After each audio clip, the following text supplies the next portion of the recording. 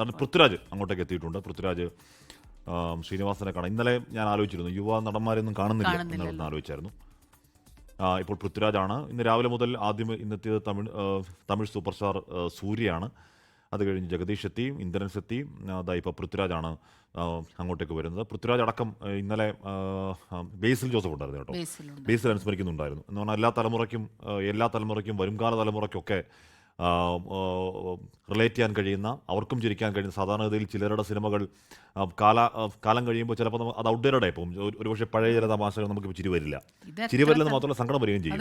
ഇതങ്ങനല്ല. ഇത് കുട്ടികളാണ് ഏറ്റവും കൂടുതൽ അത് പ്രയോഗിക്കുന്നത്. ജെൻസി കുട്ടികൾ അത് തീമാക്കുന്നു, മീമാക്കുന്നു, അത് വെച്ച് ട്രോൾ ഉണ്ടാക്കുന്നു.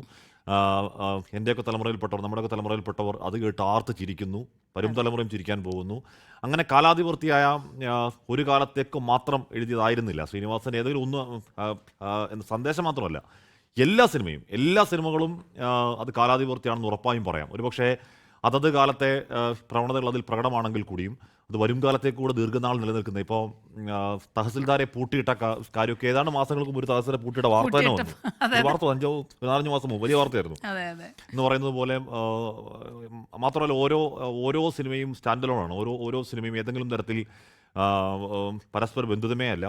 ഓരോന്നും ഓരോ ജോഗ്രഫിയാണ്, ഓരോന്നും ഓരോ ഭൂപ്രദേശമാണ്, ഓരോന്നും നായകന്മാർ പറയുന്ന കഥകൾ പുതിയ കാര്യമാണ്. ഏതെങ്കിലും തരത്തിൽ ഭൂതകാലത്തിൻ്റെ ഒരു ഷെയ്ഡ്, ഏതെങ്കിലും പഴയ സിനിമയുടെ ഷെയ്ഡിൻ്റെ നേരിയ ലാഞ്ചന പോലും ശ്രീനിവാസൻ സിനിമകൾ ഉണ്ടായിരുന്നില്ല എന്നുള്ളതാണ് യാഥാർത്ഥ്യം. ഞാനിപ്പോൾ വെള്ളാനകളുടെ നാടും ഓർത്തു പോവുകയാണ്. അതിലും ഉണ്ടല്ലോ മോഹൻലാലിൻ്റെ നമുക്ക് എസ് വിജയകുമാർ ചേരുന്നുണ്ട് അവിടെ നിന്ന്. വിജയകുമാർ, ഇന്ന് രാവിലെ മുതൽ ഹാഷ്മി പറയുകയായിരുന്നു, യുവ നടന്മാർ, യുവനിര അത് അങ്ങോട്ടേക്ക് ഇന്നത്തെ ദിവസം ഒഴുകി എത്തുന്നു. ഒപ്പം സൂര്യ വരുന്നു, അതുപോലെ പ്രമുഖരായ പലരും എത്തുന്നു. ഇപ്പോൾ ഫാസിൽ എത്തുന്നുണ്ട് അവിടേക്ക്. ഫാസിലിനൊക്കെ ഒരുപാട് ഓർമ്മകൾ ഉണ്ടാകും, നമുക്ക് അറിയാം.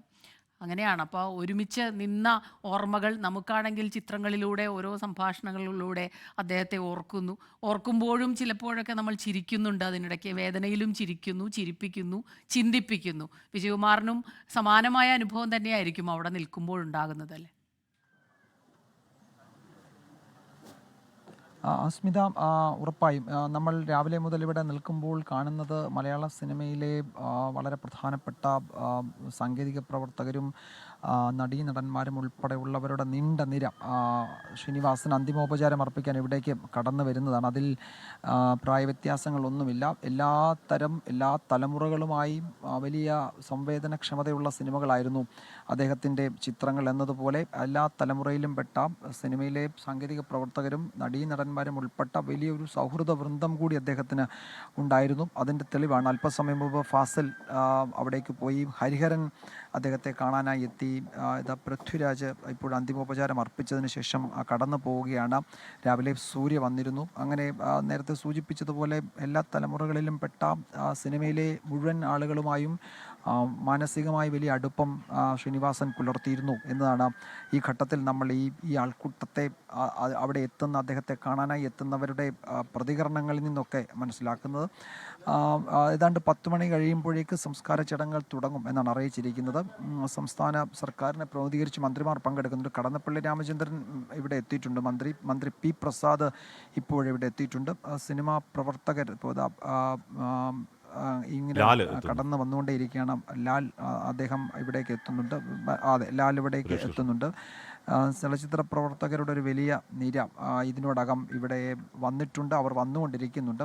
പലരും ഇവിടേക്ക് ശ്രീനിവാസനെ കാണാനായി എത്തുന്നുണ്ട്. പലരും കൊച്ചി നഗരത്തിലൊക്കെ ഉണ്ട്. അവർ ഈ സ്ഥലത്തേക്ക് എത്തുന്നുണ്ട്, കണ്ടനാടിലേക്ക് എത്തുന്നുണ്ട്. അപ്പോൾ കണ്ടനാട് ഏതാണ്ട് എനിക്ക് തോന്നുന്നത് ഈ നാട്ടിലെ മുഴുവൻ ആളുകളും ഇതിനോടകം 1-2 തവണ ഈ വീട്ടിലേക്ക് ഇന്നലെയും ഇന്നുമായി വന്നു പോയിട്ടുണ്ട്. അപ്പോൾ ആ നിലയിൽ ഈ നാട്ടുകാർ മാത്രമല്ല, കേരളത്തിന് ഇപ്പോൾ നമ്മൾ തിരുവനന്തപുരം മുതൽ കാസർഗോഡ് വരെ നോക്കിയാൽ അവിടെയൊക്കെ ശ്രീനിവാസന് വലിയ സൗഹൃദ വൃന്ദമുണ്ട്. അദ്ദേഹത്തിൻ്റെ സുഹൃത്തുക്കളും നാട്ടുകാരും പരിചയക്കാരും സഹപ്രവർത്തകരും എന്ന് വേണ്ട എല്ലാവരും അവിടെ കാണാനായി, ശ്രീനിവാസനെ അവസാനമായി കാണാൻ ഇവിടേക്ക് എത്തിക്കൊണ്ടിരിക്കുകയാണ്. പൊതുപ്രവർത്തകരുണ്ട്, വിവിധ രാഷ്ട്രീയ പാർട്ടി നേതാക്കളുണ്ട്. അന്തിമോപചാരം അർപ്പിക്കാൻ ഇവിടെ എത്തുന്നവരുടെ ഏതെങ്കിലും ഒരു പ്രത്യേക മേഖലയിൽ ഉള്ളവർ എന്ന് നമുക്ക് പറയാൻ കഴിയില്ല.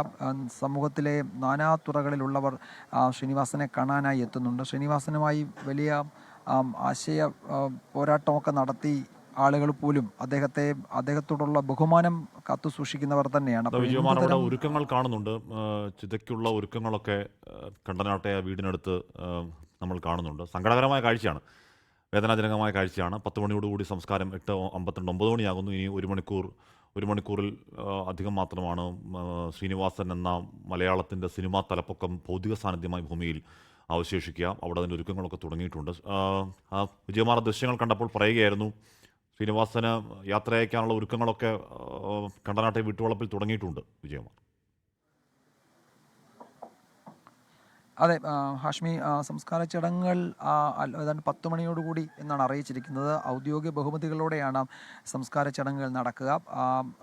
അതിനു മുമ്പ് ഇനി പ്രതിപക്ഷ നേതാവ് വി.ഡി. സതീശൻ ഇവിടേക്ക് എത്തും എന്നാണ് അറിയിച്ചിരിക്കുന്നത്. അദ്ദേഹത്തിൻ്റെ നാട്ടിൽ നിന്ന് ഇപ്പോൾ പാട്യം എന്നൊക്കെയുള്ള അവിടെ ആ ഗ്രാമപ്രദേശങ്ങളിൽ നിന്നൊക്കെ ഉള്ളവർ അദ്ദേഹത്തെ അവസാനമായി കാണാൻ ഇവിടെ എത്തുന്നുണ്ട്. ഇപ്പം അദ്ദേഹത്തിൻ്റെയും നാട്ടിൽ നിന്ന് എത്തിയതാണ്.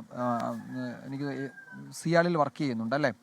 എനിക്കൊന്നും നിങ്ങളൊരു നാട്ടുകാരും കൂടിയാണ് അല്ലേ? അതെ, ഞാൻ പാട്യത്ത് ശ്രീനിയേട്ടൻ്റെ വീടിൻ്റെ തൊട്ടടുത്ത് ആണ് എൻ്റെ വീട്. അപ്പോൾ ഞാനിവിടെ കൊച്ചി എയർപോർട്ടിൽ വർക്ക് ചെയ്യുന്നതാണ്. ഞാനിവിടെ ട്രാൻസ്ഫറായി വന്ന ശേഷം 2-3 തവണ ശ്രീനിച്ചേട്ടനെ കാണാനായിട്ട് ഇവിടെ വന്നിട്ടൊക്കെ ഉണ്ടായിരുന്നു. സംസാരിച്ചിട്ട് നാട്ടിലെ കാര്യങ്ങളൊക്കെ നാട്ടിലെ കാര്യങ്ങളൊക്കെ തിരക്കുമായിരുന്നു. എല്ലാവരും എൻ്റെ ബന്ധുക്കളും എൻ്റെ മൂത്തച്ഛൻ ശ്രീനിയേട്ടനെ പഠിപ്പിച്ചതാണ്. അപ്പോൾ അദ്ദേഹത്തിൻ്റെ ആരോഗ്യ വിവരങ്ങൾ, എൻ്റെ അച്ഛനെ പറ്റിയിട്ട്, അമ്മയെ പറ്റി, എല്ലാവരെ പറ്റിയും അന്വേഷിക്കും. കുടുംബത്തിലെ കാര്യങ്ങളൊക്കെ അന്വേഷിക്കാറുണ്ടായിരുന്നു. അവിടുന്ന് കൂടുതൽ ആളുകൾ വരുന്നുണ്ട് അല്ലേ നാട്ടുകാർ? പാട്യത്തുനിന്ന് കുറേ പേര് ഓൾറെഡി ഇന്നലെ വന്നിട്ടുണ്ട്, ഇന്നിപ്പോൾ വന്നുകൊണ്ടിരിക്കുന്നുണ്ട്, ആൾക്കാർ വരുന്നുണ്ട്. അതാണ് പാട്യം. അദ്ദേഹം അവിടെ പതിറ്റാണ്ടുകൾ ചെലവഴിച്ച അദ്ദേഹത്തിൻ്റെ ജന്മനാടാണ്. അവിടെ നിന്നൊക്കെയുള്ള ആളുകൾ വന്നുകൊണ്ടിരിക്കുന്നുണ്ട്. അപ്പോൾ അവർക്ക് വേണ്ടി കൂടിയാണ് കുറച്ച് സമയം കൂടി ഈ പൊതുദർശനം വീടിനകത്ത് തുടരുന്നത്. അത് കഴിഞ്ഞാൽ പിന്നെ സംസ്കാര ചടങ്ങുകളിലേക്ക് കടക്കും. ഏതാണ്ട് 10 മണിയോടെ സംസ്കാര ചടങ്ങുകൾ എന്നാണ് ഇപ്പോൾ തീരുമാനിച്ചിരിക്കുന്നത്. അതിന് അങ്ങോട്ടും ഇങ്ങോട്ടും ചെറിയ മാറ്റം ഉണ്ടെങ്കിലേ ഉള്ളൂ. ഇപ്പോഴും ഈ വീട്ടിലേക്ക്, കണ്ടനാട്ടെ ഈ വീട്ടിലേക്ക് ആളുകൾ ഇങ്ങനെ വന്നുകൊണ്ടേയിരിക്കുകയാണ്. അദ്ദേഹത്തിൻ്റെ സഹപ്രവർത്തകരും സുഹൃത്തുക്കളും അതുപോലെ പ്രിയപ്പെട്ടവരുമൊക്കെ അവരുടെ എല്ലാം പ്രിയപ്പെട്ട ശ്രീനിയേട്ടനെ അവസാനമായി കാണാൻ ഈ വീട്ടിലേക്ക് ഇങ്ങനെ എത്തിക്കൊണ്ടേയിരിക്കുകയാണ്. ഹാഷ്മി, സ്മിത. ലോകത്തെവിടെയായാലും ഏത് സമയത്തും 24 വാർത്തകളും ഓഗ്മെന്റഡ് റിയാലിറ്റി പാക്കേജുകളും എക്സ്പ്ലെയിനറുകളും വിശദമായി കാണാൻ ഞങ്ങളുടെ യൂട്യൂബ് ചാനൽ നിങ്ങൾക്ക് സബ്സ്ക്രൈബ് ചെയ്യാം.